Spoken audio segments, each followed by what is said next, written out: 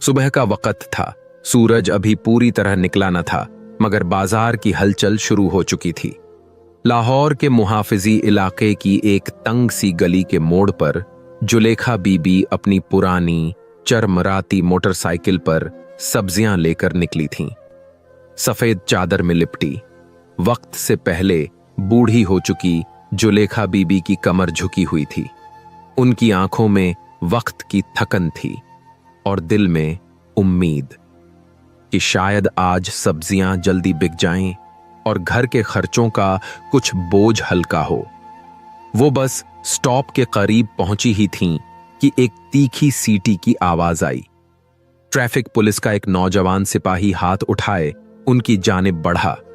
पीछे से इंस्पेक्टर नजीर अपनी जीप से उतरा, चेहरे पर गुरूर, आंखों में बेनियाजी। उसने गाड़ी की तरफ इशारा किया। ओ बीबी, कहां जा रही हो? कागजात दिखाओ। जुलेखा बीबी ने फौरन अदब से मोटरसाइकिल रोकी और झिझकते हुए बोली, बेटा, ये पुरानी सवारी है, कागज शायद मुकम्मल न हो, लेकिन मैं सब्जियां बेचने निकली हूं, घर में कोई कमाने वाला नहीं है। इंस्पेक्टर नजीर ने एक जोरदार कहखा लगाया। ओहो, अब हर कोई बीवी बेवा होने का बहाना बना के कानून तोड़ेगा। कानून सबके लिए बराबर है। सिपाही ने मोटरसाइकिल की चाबी निकाल ली और जुलेखा बीबी की पुरानी टोकरी नीचे फेंक दी। सब्जियां सड़क पर बिखर गईं। कुछ गाड़ियां उनके ऊपर से गुजर गईं। इर्द गिर्द खड़े लोग बेबसी से ये मंजर देखते रहे। किसी ने आवाज न उठाई। एक नौजवान ने बस खामोशी से मोबाइल निकाला और ये सब रिकॉर्ड करने लगा। जुलेखा बीबी चुपचाप खड़ी रहीं।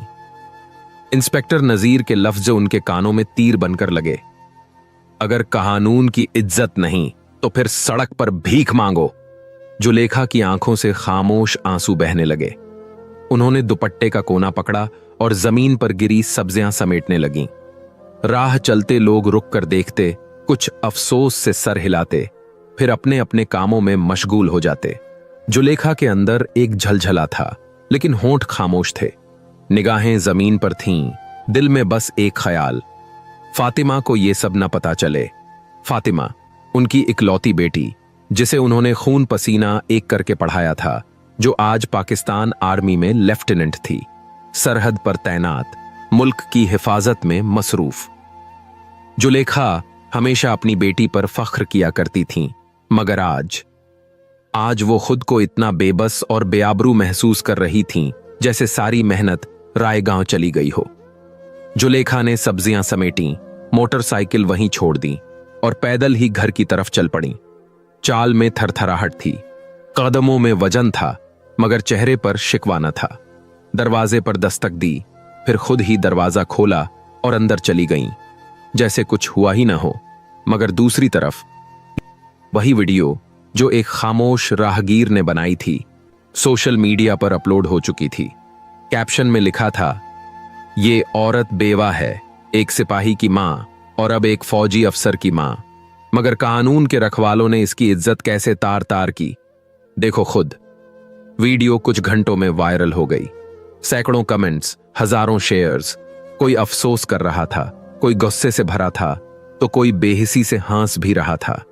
लेकिन इस वीडियो ने एक दिल को जरूर हिला दिया था, वो दिल जो सरहद पर कौम के लिए धड़कता था। लेफ्टिनेंट फातिमा। जैसे ही उसने वीडियो देखी, वक्त थम गया। आंखों के सामने बस एक ही मंजर था, उसकी मां की झुकी हुई कमर, सड़क पर बिखरी सब्जियां और इंस्पेक्टर नजीर की जहर बुझी बातें। सरहद की धूप सख्त थी, जमीन तप रही थी और आसमान खाली था। लेफ्टिनेंट फातिमा अपने यूनिट के साथ ट्रेनिंग के आखिरी मरहले में थी। पसीने से लथपथ, खाक आलूद वर्दी पहने वो थकी हुई सी बैठ गई। तभी उसके साथी ने मुस्कुराते हुए मोबाइल थमाया। फातिमा, लगता है ये तुम्हारी अम्मी हैं। फातिमा ने चौंक कर मोबाइल पकड़ा और वीडियो प्ले होते ही एक पल को सांस थम गई। उसकी अम्मी जुलेखा बीबी, जो उसे हमेशा सब्र, तहम्मुल और इज्जत का सबक देती रहीं, आज एक भीड़ में बेजारी से जलील की जा रही थीं। उनके हाथों से सब्जियां बिखर रही थीं। नजीर हंस रहा था और लोग खामोशी से तमाशा देख रहे थे। फातिमा का दिल जैसे एक जख्म बन गया। वर्दी के नीचे छुपा नर्म दिल अब शोला बन चुका था। जो हमेशा खामोशी से फर्ज निभाती थी, आज वो एक बेटी बन गई थी।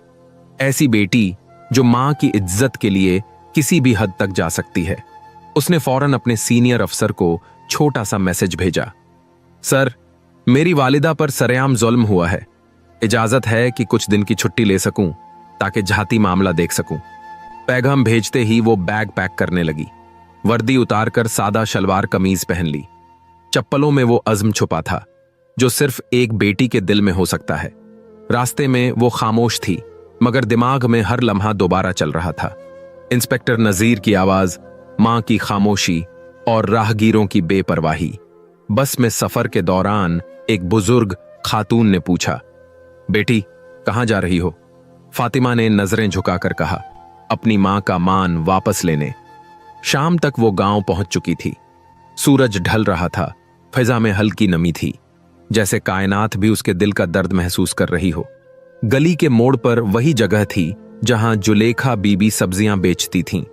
अब वहां खामोशी छाई हुई थी, बस कुछ टूटी हुई टोकरियां पड़ी थीं। फातिमा घर पहुंची तो दरवाजा बंद था। उसने धीरे से दस्तक दी। अंदर से एक थकी हुई आवाज आई, कौन है? अम्मी, मैं हूं, फातिमा। दरवाजा खुला और मां की आंखें बेटी को देखकर भर आईं। दोनों मां बेटी कुछ देर तक चुपचाप गले लगी रहीं। जुलेखा ने कांपते हाथों से फातिमा का चेहरा छुआ। तू आ गई? फातिमा ने मां के हाथ थाम लिए और कहा, अम्मी, आज मैं सिर्फ आपकी बेटी हूं, कोई अफसर नहीं, और जो कुछ आपके साथ हुआ उसका हिसाब मैं खुद लूंगी। जुलेखा ने धीरे से कहा, बेटा छोड़ दे, दुनिया है, जुल्म होता है, हम तो सब्र करने वाले लोग हैं। फातिमा की आंखों में नमी थी पर आवाज में अज़्म। अम्मी, सब्र वो करता है जो मजबूर हो, आपकी बेटी मजबूर नहीं है। मैं वो सब कुछ बदल कर रहूंगी जो आपके साथ हुआ। उस रात फातिमा ने मां के पांव दबाए, खामोशी से उनके जख्मों पर मरहम रखा, मगर उसके दिल में एक तूफान था जो अगली सुबह गांव के थाने तक पहुंचने वाला था। सुबह की रोशनी धीरे धीरे गांव की कच्ची पगडंडियों पर बिखर रही थी। जुलेखा बीबी आंगन में बिछी बासी चटाई पर बैठी थीं, हाथ में तस्बीह, दिल में वो बीता हुआ दिन जो उनकी इज्जत कुचल गया था। उनकी पुरानी चादर अब भी बदन पर थी, गर्द आलूदा, जैसे किसी खामोश जंग की निशानी। फातिमा उनके सामने बैठी, हाथ में चाय का कप लिए, उनकी हर हरकत को पढ़ने की कोशिश कर रही थी। गांव में कानाफूसी चल रही थी। औरतें छज्जों से झांक रही थीं, मर्द दुकानों पर बैठे धीमे लहजे में तंज कर रहे थे, और बच्चे गली में वो वीडियो दिखा दिखाकर हंस रहे थे। किसी ने अफसोस जताया, किसी ने लापरवाही से कहा, आजकल की पुलिस ऐसी ही है, और कुछ तो मजाक बनाकर उस वीडियो को सोशल मीडिया पर शेयर भी कर चुके थे। जुलेखा बीबी के लिए यह सब नया न था, मगर दिल में एक टीस थी। काश फातिमा न आती, काश उसे यह सब न देखना पड़ता। लेकिन मां का ये गम वो जुबान पर न ला सकी। बेटा, मैं ठीक हूं, लोगों की बातों का क्या, ये दुनिया तो तमाशा देखने की आदी है। फातिमा ने उनकी झुर्रियों में डूबी आंखों में देखा और धीमे से कहा, अम्मी, मैं ये तमाशा खत्म करने आई हूं। मैं आपकी बेटी हूं, आपकी इज्जत की वारिस, और मैं वो सब वापस लाऊंगी जो आपसे छीना गया। जुलेखा ने सर झुका लिया। खामोशी फिर से चारों तरफ पसर गई। दिन चढ़ा तो मोहल्ले की कुछ औरतें मिलने आईं। कोई अफसोस कर रही थी, कोई दिखावटी हमदर्दी दिखा रही थी। एक ने कहा, बीबी जी, आपने तो हमें शर्मिंदा कर दिया। ऐसी अफसर बेटी फिर भी सब सहती रहीं। जुलेखा ने नर्म लहजे में कहा, बेटियां मां बाप का दुख बांटती हैं, और मां का फर्ज होता है कि बेटी की राह में दीवार न बने। शाम होने लगी तो फातिमा ने अपनी मां से इजाजत ली। अम्मी, अब मैं थाने जा रही हूं, कुछ सवाल हैं जिनके जवाब मुझे सच्चाई से चाहिए। जुलेखा ने चौंक कर पूछा, अकेली जाएगी? अम्मी, सच बोलने वाला कभी अकेला नहीं होता। मेरे साथ आपकी दुआ है, और उन सब माओं की भी जिनकी आवाजें कभी नहीं सुनी गईं। फातिमा ने अपना बैग उठाया, सर पर दुपट्टा लिया और अपने कदमों से गांव की सड़कों पर ऐसा यकीन बिखेरती चली जैसे कोई सिपाही जंग के मैदान में जा रहा हो। रास्ते में कुछ लोग नजरें झुकाकर गुजरे, कुछ ने आंखें चुरा लीं और कुछ ने वीडियो की बात छेड़ने की कोशिश की, मगर फातिमा का चेहरा इतना पुरज़्म था कि किसी में हिम्मत न हुई कि उसकी राह में जुबान खोले। थाने का दरवाजा पुराना और जंग खाया हुआ था, जैसे बरसों से इंसाफ के इंतजार में खड़ा हो। फातिमा ने हल्के से धक्का दिया, अंदर दाखिल हुई और पहला मंजर ही कुछ अजीब था। एक सिपाही जिसकी कुर्सी चरमराई बेमन से उठा और बोला, जी बीबी, क्या काम है? फातिमा ने सधे हुए लहजे में कहा, मेरी मां की तौहीन हुई है। मैं जानने आई हूं कि इस सिस्टम में मां की इज्जत की क्या कीमत है। सिपाही एक पल को ठिठक गया। उसने जैसे पहचानने की कोशिश की। आप वही अफसर हैं ना जिसकी मां? फातिमा ने कोई जवाब न दिया, बस एक नजर डाली और आगे बढ़कर एक पुरानी मेज के पास खड़ी हो गई। उसने नोटबुक निकाली, कलम उठाया और सवाल लिखने लगी। कमरे में सन्नाटा छा गया। थाने का अमला हैरान था, सहमा हुआ भी और गड़बड़ाया हुआ भी। उसी वक्त एक खामोश इनकलाब ने जन्म लिया, एक बेटी की सूरत में जो मां के जख्मों का हिसाब न सिर्फ कानून से लेने आई थी, बल्कि हर उस जमीर से भी जो सालों से सोया पड़ा था। फातिमा थाने के आंगन में खड़ी थी। सूरज सर पर था और हर चीज जैसे धुंध में लिपटी लग रही थी। उसने दुपट्टा ठीक किया, बैग से कागजात निकाले और अंदरूनी दफ्तर की तरफ बढ़ गई। चलते चलते बस एक ही ख्याल जहन में था, शायद कानून की कुर्सियों पर बैठे लोगों को मेरी मां की आंखों के आंसू कभी नजर नहीं आए हों, मगर अब वक्त आ चुका है कि उनकी आंखें सीधा उस दर्द से टकराएं जिसे वो बरसों से नजरअंदाज करते आए हैं। दफ्तर में दाखिल होते ही उसकी नजर एक बूढ़े हवालदार पर पड़ी जो मेज के पीछे ऊँघ रहा था। उसके करीब जाकर फातिमा ने नरमी से कहा, अस्सलामु अलैकुम, मुझे एक शिकायत दर्ज करानी है। बूढ़ा हवालदार चौंक कर उठा। उसने फातिमा को ऊपर से नीचे तक देखा। न वर्दी, न कोई सरकारी बैज, बस एक मजबूत लहजा और सवालिया निगाहें। बीबी, आपको किसने भेजा है? कोई कागजात हैं? फातिमा ने सुकून से कहा, मेरी मां को आपके एक अफसर ने सबके सामने जलील किया। इसकी वीडियो सोशल मीडिया पर वायरल हो चुकी है। मैं यहां सच्चाई जानने आई हूं। हवालदार ने बेचैनी से पहलू बदला। ओह, वो वाकया? जी बीबी, हमें अफसोस है, लेकिन आपका इससे क्या ताल्लुक?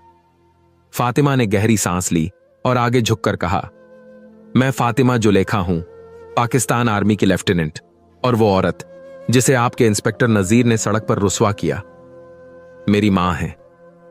यह सुनते ही हवालदार के चेहरे का रंग उतर गया। झिझकते हुए बोला, बीबी, हमें अंदाजा नहीं था कि। नहीं, फातिमा ने बात काटते हुए कहा, आप सब जानते थे।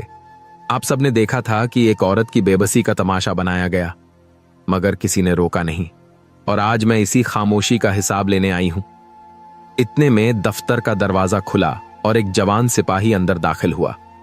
उसने फातिमा को देखा, शायद वीडियो या अफवाहों से पहचान गया था। मैडम, इंस्पेक्टर नजीर मौजूद नहीं है, वो आज छुट्टी पर हैं। फातिमा ने अटल नजर से जवाब दिया। इसका मतलब यह नहीं कि सवाल रुक जाएंगे। मुझे वो तमाम दस्तावेज चाहिए जो उस दिन की कार्रवाई से ताल्लुक रखते हैं। सीसीटीवी फुटेज, जब्त की गई गाड़ी का रिकॉर्ड और इंस्पेक्टर नजीर की रिपोर्ट। सिपाही थोड़ा घबराया, फिर कमरे से बाहर निकल गया। फातिमा ने कुर्सी खींचकर बैठते हुए अपनी फाइल खोली और हर नुक्ता तफसील से लिखने लगी। उसके अल्फाजों में गुस्सा नहीं था, इंसाफ की गूंज थी। हर सवाल जैसे एक चोट करता था। क्या मां की इज्जत सिर्फ मर्दों के बनाए कानून की मोहताज है? एक और सिपाही अंदर आया, हाथ में कुछ कागजात थे।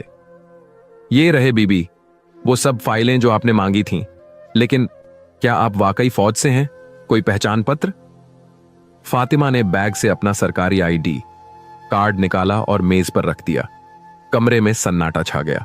सिपाही ने कार्ड देखा और फौरन अदब से बोला, माफ कीजिएगा मैडम, हमें इल्म न था। फातिमा ने नरमी से जवाब दिया, माफी मुझसे नहीं, उस मां से मांगो जिसे तुमने एक कागज न होने पर रुस्वा कर दिया। तुम लोग वर्दी पहनते हो मगर तुम्हारी रूहें खाली हो चुकी हैं। इसी वक्त दफ्तर के पिछले दरवाजे से एसएचओ दाखिल हुआ, जिसे इत्तला मिली थी कि किसी आला अफसर की बेटी थाने में मौजूद है। उसने फातिमा को देखते ही कहा, बीबी, आप चाहें तो हम इंस्पेक्टर नजीर के खिलाफ इंक्वायरी शुरू कर सकते हैं। फातिमा ने सर उठाकर देखा। इंक्वायरी नहीं, अवामी माफी चाहिए। मेरे सवाल सिर्फ अजहाती नहीं हैं, ये इज्तिमाई हैं। अगर ये मामला खत्म हुआ तो सिर्फ एक माफी से नहीं, पूरे निजाम की तब्दीली से होगा। उस लम्हे थाने की दहलीज पर एक खामोश इनकलाब ने जन्म लिया। ऐसा इनकलाब जो एक मां के आंसुओं से और एक बेटी के सवालों से परवान चढ़ रहा था। थाने से निकलकर फातिमा गांव की सेंट्रल मार्केट की जानिब बढ़ी। दिन की रोशनी मध्यम हो रही थी। सूरज अफ्क में डूबने को था। फिजा में एक थकी थकी सी खामोशी थी। वही बाजार जहां जुलेखा बीबी सब्जियां बेचती थीं, आज भी वैसा ही था, लेकिन लोगों की निगाहों में अब एक चुपचाप सी शर्मिंदगी थी। फातिमा ने हर दुकान, हर नुक्कड़ पर लोगों से बात करने की कोशिश की, सवालात पूछे। क्या आपने वो मंजर अपनी आंखों से देखा था? क्या आप जानते हैं कि वीडियो किसने बनाई? क्या कोई है जो गवाही दे सकता है? मगर हर तरफ सन्नाटा था। कुछ ने नजरें झुका लीं, कुछ ने बहाना बनाया कि वो तो वहां मौजूद ही नहीं थे।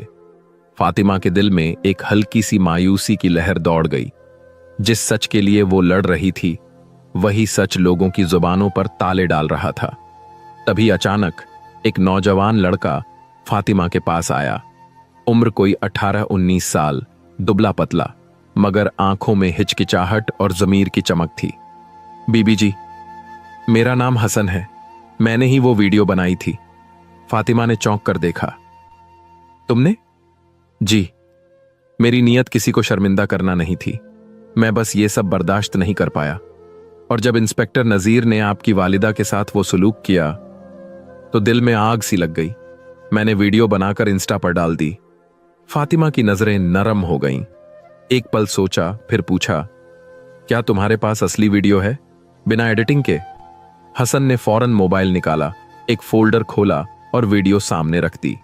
फातिमा ने देखा, वही लम्हा, वही चीखती हुई खामोशी, वही इंस्पेक्टर का अंदाज और जुलेखा बीबी का कांपता हुआ वजूद। क्या तुम ये वीडियो मुझे भेज सकते हो? जी, अभी भेजता हूं, लेकिन बीबी जी, अगर कोई खतरा हो तो मेरा नाम न दिया जाए। फातिमा ने उसके कंधे पर हाथ रखा। तुमने सच का साथ दिया है, ये कभी कमजोरी नहीं होता, लेकिन मैं तुम्हें महफूज रखने का वादा करती हूं। तुम्हारी पहचान जाहिर नहीं होगी। जैसे ही वीडियो मिली, फातिमा ने अपना लैपटॉप खोला और एक नया फोल्डर बनाया, इंसाफ के लिए सबूत।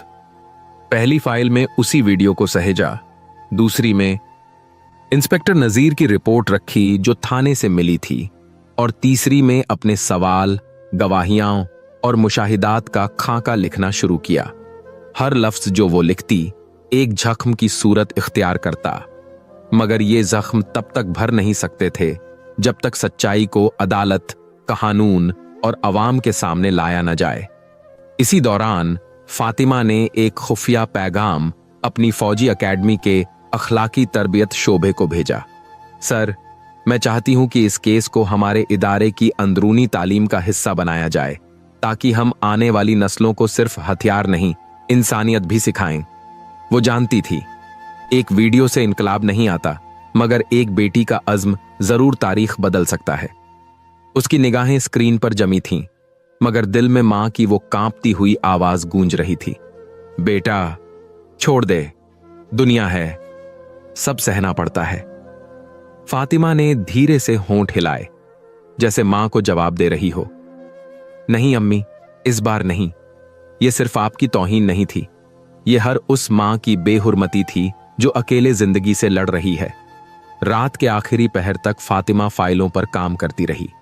जब नींद आंखों पर हावी होने लगी तो उसने डायरी का एक नया सफा खोला और आखिरी जुमला लिखा, मैं ये जंग झाती नहीं समझती, ये मेरी कौम की बेटियों की आवाज है और मैं इस आवाज को दबने नहीं दूंगी।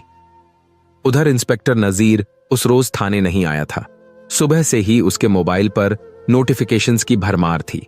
सोशल मीडिया पर वीडियो वायरल हो चुकी थी। ट्विटर, फेसबुक, इंस्टा, हर जगह उसका नाम जालिम ऑफिसर के तौर पर ट्रेंड कर रहा था। वीडियो के नीचे लिखे तंज उसकी रूह तक को चीर रहे थे। अगर यह तुम्हारी मां होती, ऐसा शख्स वर्दी के काबिल नहीं, ताकत के नशे में अंधा हो गया है। नजीर ने मोबाइल बंद कर दिया, मगर दिल में एक शोर बढ़ता गया। वो वीडियो वो कई बार देख चुका था। हर बार जुलेखा बीबी का झुका हुआ सर, कांपते हाथ और आंखों में छुपे हुए आंसू उसके ज़मीर को कोड़े की तरह लगते। मगर सबसे ज्यादा तकलीफ देह वो लम्हा था जब उसे मालूम हुआ कि जिस औरत को उसने सड़क पर जलील किया वो कोई आम खातून नहीं, वो उसी लड़की की मां थी जिसे वो कभी एकेडमी में पढ़ाया करता था, लेफ्टिनेंट फातिमा। नजीर का माजी उसके सामने खड़ा था। उसने फातिमा को एकेडमी के शुरुआती दिनों में तरबियत दी थी। उसकी सख्तगी, सच्चाई और बेहिचक बोलने की आदत नजीर को हमेशा मुतासिर करती थी। एक बार उसने तमाम जेरे तरबियत अफसरों से कहा था, अगर तुम्हें कभी ताकत मिले तो याद रखना, ताकत का सबसे पहला इम्तिहान होता है कि तुम कमजोर से कैसे पेश आते हो। आज उसे लग रहा था वो अपने ही अल्फाज का मुजरिम बन चुका है। कमरे के एक कोने में एक पुरानी लकड़ी की अलमारी थी। उसने उसे खोला तो अंदर सालों पुरानी फाइलें थीं, गर्द से अटी हुई। उसने एक नीला फोल्डर निकाला, उस दिन का जब वो पहली बार वर्दी पहनकर फख्र से खड़ा हुआ था।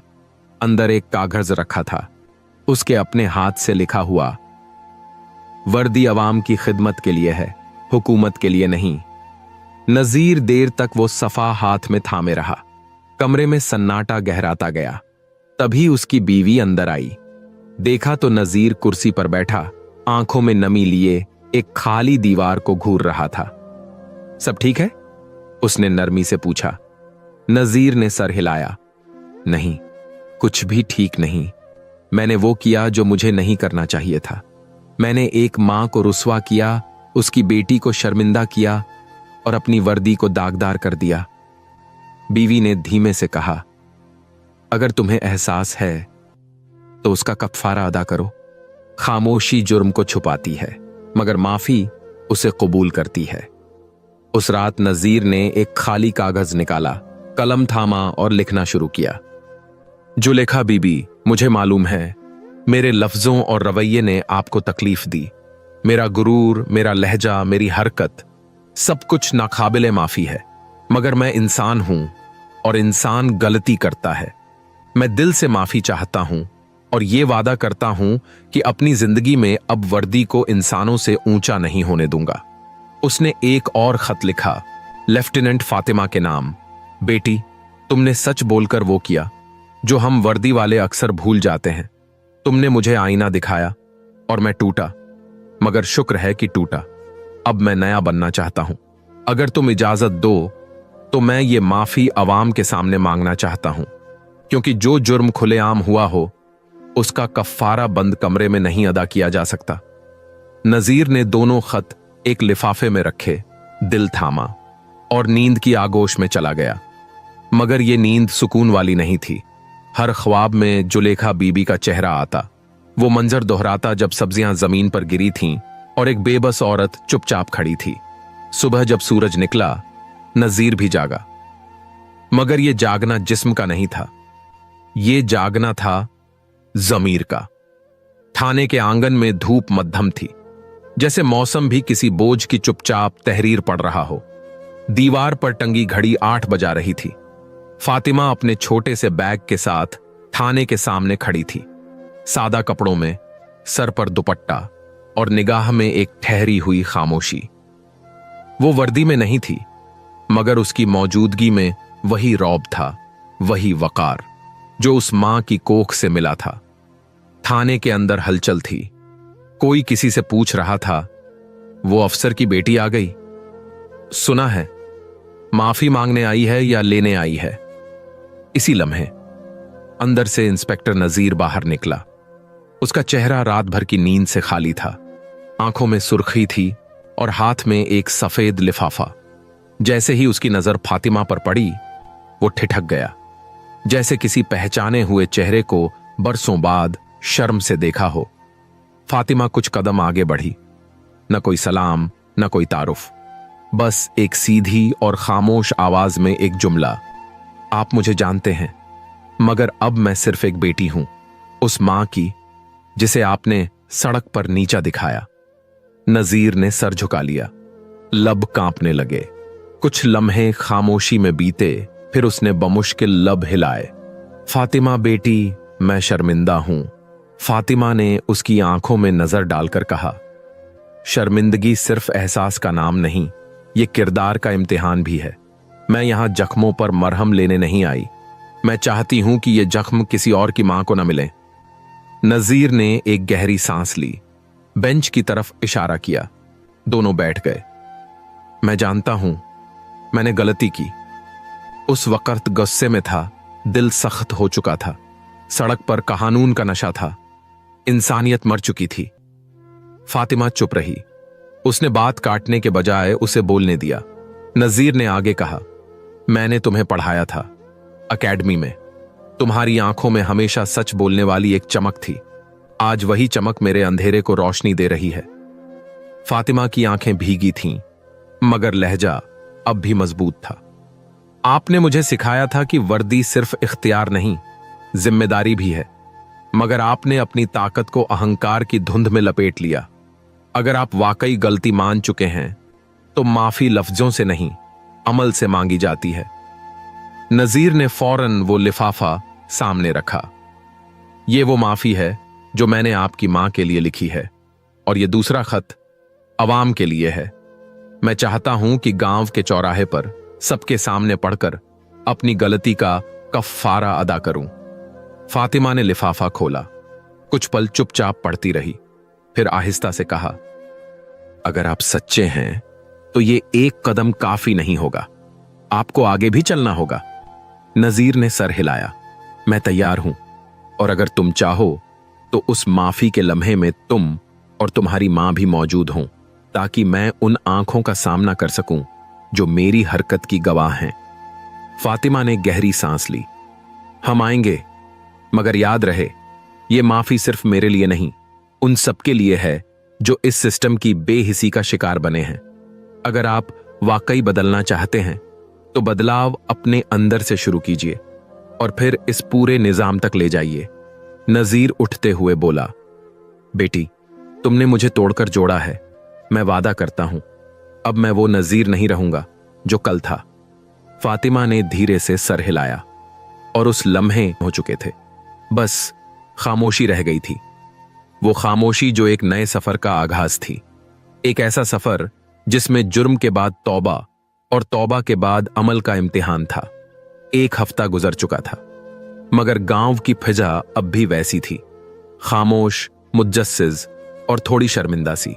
सोशल मीडिया पर वीडियो अब भी घूम रही थी, मगर लोगों की तवज्जो अब एक नई खबर की तरफ थी। इंस्पेक्टर नजीर अवामी माफी मांगेगा, गांव के चौराहे पर सबके सामने। ये खबर जंगल की आग की तरह फैल गई। वो लोग जो पहले जुलेखा बीबी की तौहीन पर चुप थे, अब बेचैन थे। कुछ इंतजार में थे, कुछ शक में, और कुछ सिर्फ तमाशाई। चौराहे के बीचों बीच एक छोटा सा स्टेज तैयार किया गया था। एक लोकल NGO ने आवाज और कैमरे का इंतजाम किया ताकि ये लम्हा दस्तावेज बन जाए। उनकी तरफ जुलेखा बीबी खामोशी से बैठी थीं, सर पर सफेद चादर, चेहरा थका हुआ मगर सुकून भरा। उनके बराबर में फातिमा बैठी थी, चेहरे पर संजीदगी मगर आंखों में एक उजाला, जैसे रात की तारीकी में कोई सहर की आस। लोग जमा हो चुके थे, औरतें, बुजुर्ग, नौजवान, यहां तक कि वो बच्चे भी जो पहले इस वाकये पर हंसे थे, अब अपनी माओं के पीछे चुपचाप खड़े थे। इंस्पेक्टर नजीर स्टेज पर चढ़ा। उसने वर्दी नहीं पहनी थी। आज वो किसी अफसर की हैसियत से नहीं, एक इंसान की सूरत में हाजिर था। हाथ में वही सफेद कागज था जो उसने अपने दिल के पछतावे से लिखा था। उसने माइक थामा, कुछ लम्हे चुपचाप खड़ा रहा। सांसें गहरी थीं, पेशानी पर पसीना, और आवाज में एक हल्की सी कांप। अस्सलामु अलैकुम। लोगों ने सर हिलाया, कोई आवाज न आई। नजीर ने नजरें झुका लीं, फिर कागज खोला और बुलंद आवाज में पढ़ना शुरू किया। कुछ लोगों ने तालियां बजाईं, कुछ ने हैरत से एक दूसरे को देखा। ये वही नजीर था जो 1 हफ्ता पहले घमंड में डूबा हुआ था। नजीर ने एक और कदम आगे बढ़ाया। वो स्टेज से नीचे उतरा और जुलेखा बीबी के कदमों में झुक गया। आपकी मोटरसाइकिल उसी हालत में लौटाई जा रही है। यह माफी की एक शुरुआत है। मैं जानता हूं कि यह काफी नहीं, मगर मेरी नीयत अब बेदाग है। जुलेखा बीबी की आंखें भीग गईं। उन्होंने धीरे से कहा, मैंने तुम्हें माफ किया, मगर वादा करो कि अब किसी और मां के साथ ऐसा नहीं होने दोगे। नजीर ने उनकी आंखों में देखकर कहा, मैं वादा करता हूं। फातिमा ये सब देख रही थी। उसके चेहरे पर सुकून था, जैसे एक लंबी जंग का पहला मोर्चा जीत लिया गया हो। उसने अपनी मां का हाथ थामा और दिल में एक दुआ की, या अल्लाह, इस सच को सिर्फ लम्हा न बना, इसे पूरे निजाम की बुनियाद बना दे। कुछ दिन गुजर चुके थे। गांव की फैजा बदल चुकी थी। अब लोग जुलेखा बीबी को अदब से सलाम करते, फातिमा को खामोश अकीदत से देखते और नजीर की माफी की चर्चा दूर दूर तक फैल चुकी थी। हर तरफ बात हो रही थी एक ऐसी बेटी की जिसने अपनी मां की तौहीन को खामोशी से नहीं कबूल किया, बल्कि पूरे सिस्टम को आईना दिखा दिया। मगर हर रोशनी के पीछे एक साया होता है, और वो साया अब फातिमा की जिंदगी में दाखिल होने वाला था। एक दोपहर जब फातिमा अपनी मां के साथ छत पर चाय पी रही थी, तो उसके मोबाइल पर एक सरकारी नंबर से कॉल आई। दूसरी तरफ फौजी हेडक्वार्टर का एक सीनियर अफसर था। आवाज सख्त, लहजा रौबदार। लेफ्टिनेंट फातिमा, आपकी हालिया सरगर्मियों पर इदारे को तशवीश है। आपने एक अवामी मामले में फौज का नाम गैर जरूरी तौर पर उभारा है, इसलिए आपका तबादला फौरन उत्तरी सरहद पर किया जा रहा है, जहां आपकी खिदमात मॉनिटर की जाएंगी। फातिमा ने गहरी सांस ली और सिर्फ इतना कहा, जी बेहतर, मैं तैयार हूं। कॉल कट गई, मगर मां सब सुन चुकी थीं। उनके चेहरे पर एक अजनबी सी फिक्रमंदी छा गई। बेटा, यह सजा है? फातिमा ने मुस्कुराकर कहा, अम्मी, ये इनाम है। सच बोलने वालों को तख्त नहीं, कठिन रास्ते मिलते हैं। मां खामोश हो गईं, मगर उनकी नजरें बेटी के चेहरे को ऐसे पढ़ रही थीं जैसे दिल की चीख को सुन रही हों। बिना पूछे, बिना कहे। उसी शाम जब फातिमा सामान पैक कर रही थी, दरवाजे पर दस्तक हुई। बाहर इंस्पेक्टर नजीर खड़ा था, ना वर्दी में, ना घमंड में। सिर्फ एक इंसान जिसके हाथ में एक सादा लिफाफा था। यह तुम्हारे लिए है, उसने धीरे से कहा। फातिमा ने लिफाफा खोला। अंदर एक छोटा सा खत और एक फोल्डर था। खत में लिखा था, बेटी, मेरा जमीर अब सुकून में है और इसका सेहरा तुम्हें जाता है। मैं चाहता हूं जहां भी तुम जाओ वहां रोशनी लेकर जाओ। यह फोल्डर स्कूलों और पुलिस ट्रेनिंग सेंटर्स के लिए तैयार किया है, ताकि जो कुछ तुमने मुझे सिखाया वो औरों तक पहुंचे। अगर तुम इसे फौज की तालीम में शामिल कर सको तो शायद हम कई और नजीर बनने से रोक सकें। फातिमा ने खामोशी से फोल्डर खोला। अंदर के पन्नों पर लिखा था, पुलिस और फौज में किरदार की तरबियत। वर्दी के पीछे इंसान होता है, ताकत तशद्दुद नहीं, तहफ़्फ़ुज़ है।